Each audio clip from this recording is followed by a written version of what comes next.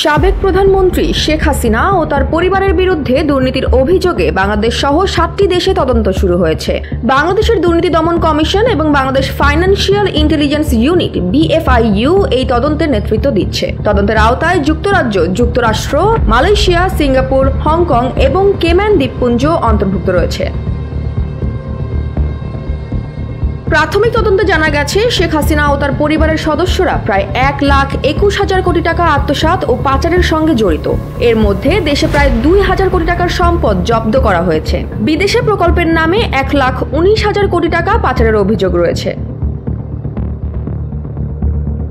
যুক্তরাজ্যের national crime agency NCA প্রায় 90 million pound মূল্যের লন্ডনের বিলাসবহুল সম্পত্তি ফ্রিজ করেছে, যা শেখ হাসিনার উপদেষ্টা সালমান এফ রহমানের আত্মীয়ের সঙ্গে যুক্ত।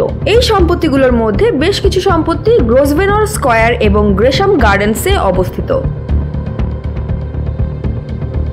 এছাড়াও পূর্বাচলে রাজৌকের 6টি প্লট দখলের অভিযোগে শেখ হাসিনা, তার বোন শেখ রেহানা, ছেলে সজীব ওয়াজেদ জয়, মেয়ে সালমা ওয়াজেদ পুতুল এবং ভাগ্নি টিউলিপ সিদ্দিক সহ পরিবারের সদস্যদের বিরুদ্ধে মামলা দায়ের করা হয়েছে।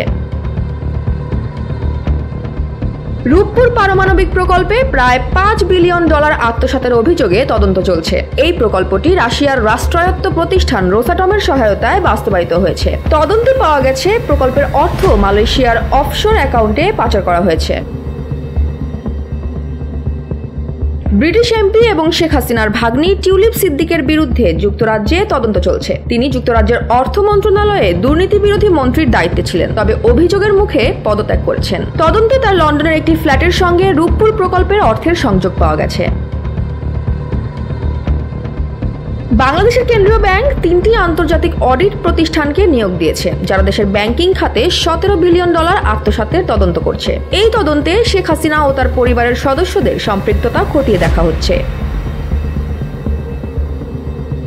এই বহুমুখী তদন্তের ফলে শেখ হাসিনা এবং তার পরিবারের বিরুদ্ধে আন্তর্জাতিক পর্যায়ে চাপ বাড়ছে। তদন্তের অগ্রগতি এবং পরবর্তী পদক্ষেপের জন্য দেশবাসী ও আন্তর্জাতিক সম্প্রদায়ের নজর এখন এই মামলার দিকে।